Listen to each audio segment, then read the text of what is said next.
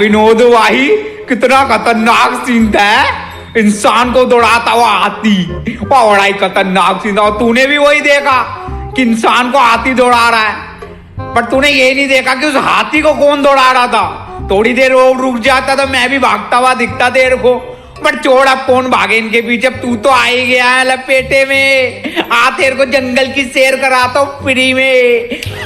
मेरी जान। छोटे से गांव में रघु नाम का एक गरीब मजदूर अपनी नन्ही बेटी के साथ रहता था। रघु दिन भर तपती धूप में पत्थर तोड़ा करता था, लेकिन इतनी कड़ी मेहनत के बाद भी उसे बस इतने ही पैसे मिलते कि चूल्हे पर मुश्किल से 2 वक्त की रूखी सूखी रोटी पक पाती। वह अपनी हर खुशी कुर्बान करके सिर्फ अपनी बेटी के लिए जीता था। लेकिन एक दिन सूखी रोटी खाते वक्त बेटी ने मासूमियत से पूछा, पापा, क्या हमारी नसीब में हमेशा यही रूखी रोटी ही लिखी है?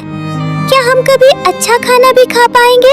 ये सुनते ही रघु ने चेहरे पर एक झूठी मुस्कान लाकर कहा, एक दिन जरूर मेरी बच्ची। लेकिन अंदर ही अंदर रघु जानता था शायद वह दिन कभी नहीं आएगा। फिर एक दिन रघु गांव के बाहर एक पुरानी सड़क की मरम्मत कर रहा था। तभी उसका बेलचा किसी ठोस चीज से टकरा गया। जैसे ही उसने मिट्टी हटाई, उसकी सांसें थम गईं, क्योंकि मिट्टी के नीचे चमकती हुई सोने की एक ईंट दबी हुई थी, इतनी कीमती कि उसकी कीमत रघु की 7 पीढ़ियों की गरीबी मिटा सकती थी। ये देखते ही रघु की आंखों में आंसू आ गए। उसने सोचा, अब मेरी बेटी कभी भूखी नहीं सोएगी। लेकिन जैसे ही उसने सोने की ईंट को हाथ में उठाया, ईंट पर अपने आप कुछ शब्द उभर आए। ये सोना हर किसी को मिलता है, पर हर किसी का नहीं होता। रघु उस बात का मतलब समझ नहीं पाया। उसने सोचा, पहले मेरी बेटी, बाकी सब बाद में। और वह सोने की ईंट को चुपके से अपने घर ले आया। लेकिन लालच की सजा उसे तुरंत मिल गई। अगले ही दिन उसकी मासूम बेटी अचानक बुरी तरह बीमार पड़ गई। बड़े से बड़े डॉक्टर भी उसकी बीमारी की वजह समझ नहीं पाए। रघु बुरी तरह टूट गया। उसके पास सोना तो था,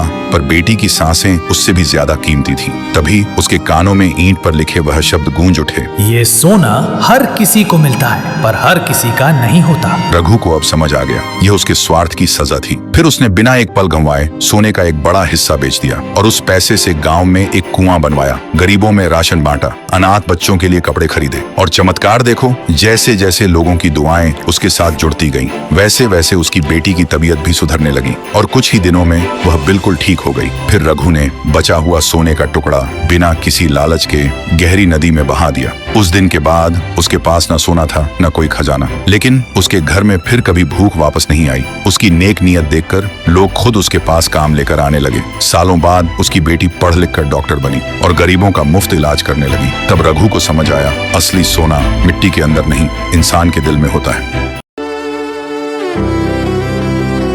आज का इस प्यारा सा ब्लॉग को करते हैं यहीं पे एंड। मैं सक्सेस हो गया तो फ्री फायर खेलने वालों के लिए टूर्नामेंट, और फ्री फायर नहीं खेलते हो तो टेंशन मत लो यारो, मैं नहीं लिख रहा हूं मेरे भाई। इसलिए मुझे सपोर्ट की जरूरत है। Like comment share and subscribe करके नोटिफिकेशन को हिला दो। मिलते हैं जल्दी।